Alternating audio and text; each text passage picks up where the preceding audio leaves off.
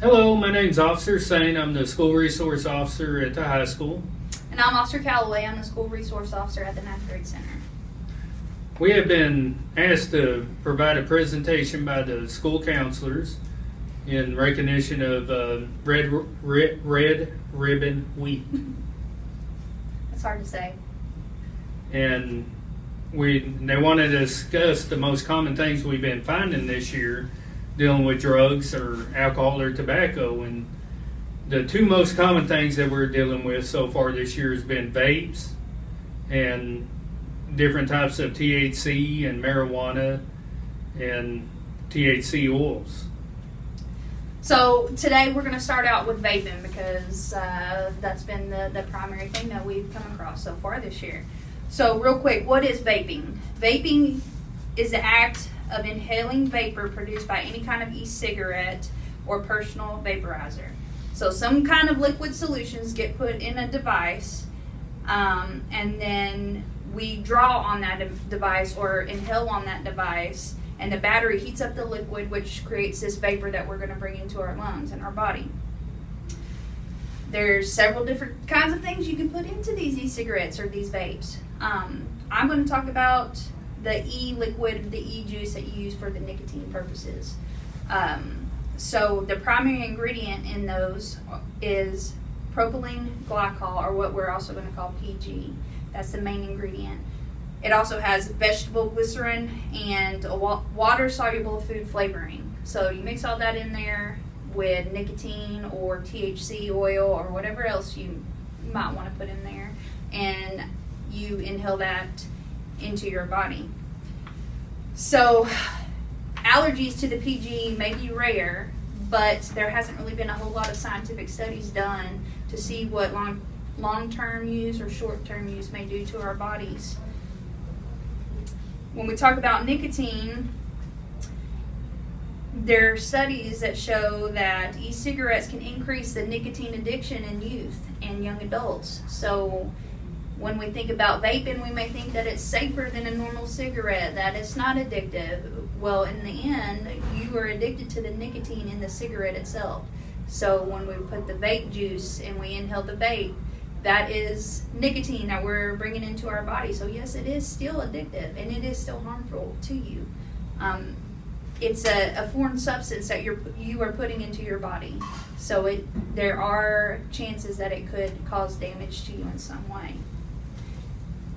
And in the end, we don't know exactly what's in the nicotine or how much nicotine we're inhaling. You have the power to put however much you want in that e-cigarette. So you're not in control over how much nicotine you're putting into your body each hit or each draw or every time you inhale, whatever you want to say. You don't know how much nicotine exactly you're putting into your body. So now Officer Saint is going to talk about the THC and the dab. Well, within marijuana, the substance that causes the psychophysical and psychological effects of it is called tetrahydrocannabinol, which is the THC. And it's the THC is found in the herbal marijuana, the marijuana oil or wax, and synthetic forms of marijuana. And the liquid THC is applied to the vapes the same way as the nicotine is. And the use of it is becoming more and more popular throughout with students and adults throughout the U.S. And dealing with dabbing, we used to think dabbing as this, but now dabbing means the wax component of the THC. And the way how that's done is by taking butane and then filtering out the THC out of the actual marijuana leaves. And then as you're doing that, the wax and the oil is also absorbing some of the THC, is absorbing into the THC. Then whenever you smoke that THC, you're also ingesting the butane into your system. And though we had many years of research on the plant-based marijuana, the THC oils and the waxes and all that, there hadn't been much research done on it, and we're just now starting to learn some of the effects that it's having on the human body. Some people are experiencing permanent psychosis, having delusions, hallucinations, and anxiety attacks and panic attacks. People think that marijuana just strictly inhibits the body, makes you more relaxed, but it doesn't. There's different types of marijuanas that have different types of effects on your body, but it also raises your blood pressure and your pulse, in which causes your body to constantly, the heart to beat fast, which is also unhealthy for you. Then there's also another form called dripping, which you're actually taking the THC liquid and you're actually putting it on the vape coils and ingesting it that way. And then also by handling this, that the body can absorb it transdermally, which means that the skin is actually absorbing it and it's actually getting ingested into your system that way. And a lot of people just think that vapes or dabs or anything else is just some type of vapor water. But as you can see with the different components that are found in vapes, that all the ones that are highlighted in yellow, the FDA has determined that they're either harmful or possibly harmful to the human body, in which we still don't have enough research or scientific experiments done to say exactly what the long-term effects of vaping or using THC will be. And one of the common things that we're already finding is called popcorn lung. And the reason that it's called popcorn lung is because the diacetylene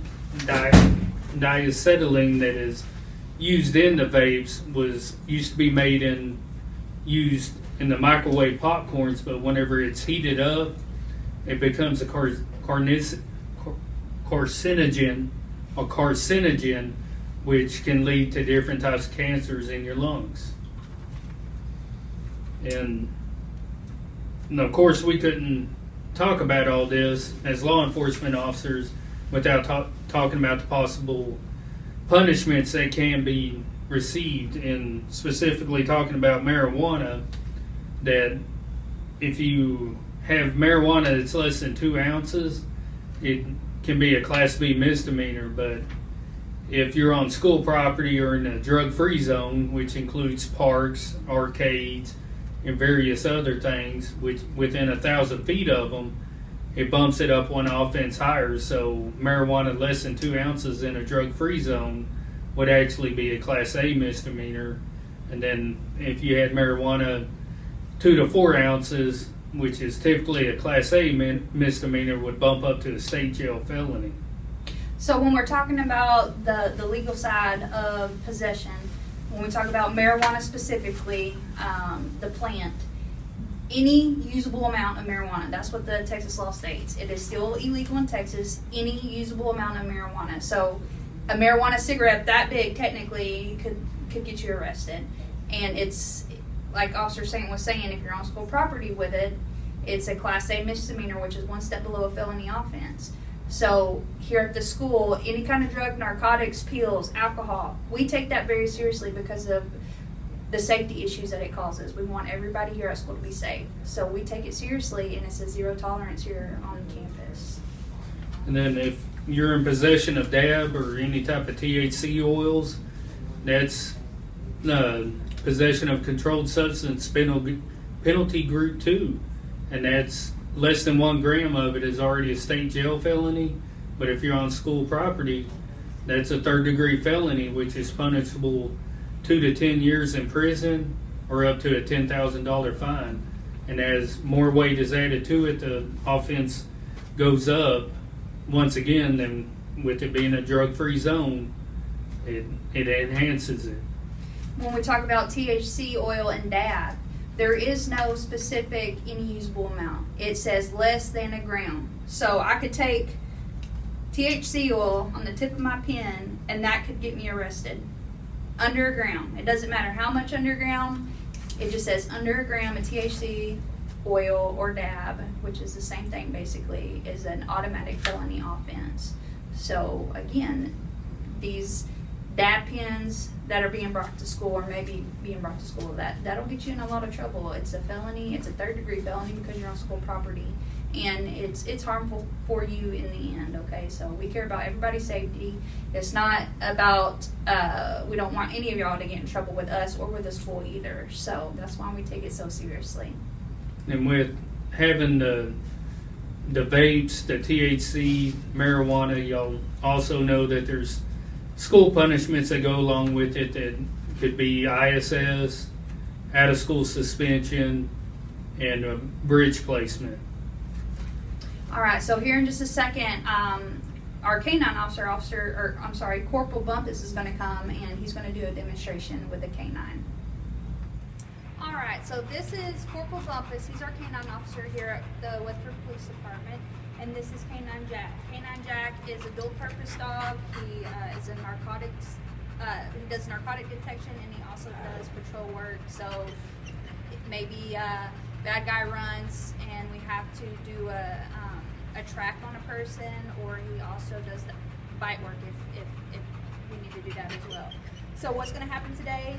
Corporal Bumpus and Canine Jack is going to do are going to do a presentation for us. We have a couple of bags laid out, and you'll be able to see that here in just a second. And in one of these bags, we have some narcotics hidden, and Canine Jack is going to search these bags, and you'll see which one has the narcotics hidden inside of it. So, Hey. okay, so Corporal Bumpus and Canine Jack, these are the bags. There's one bag has narcotics hidden inside, and they're going to do a sniff around the bags to determine which one has the narcotics.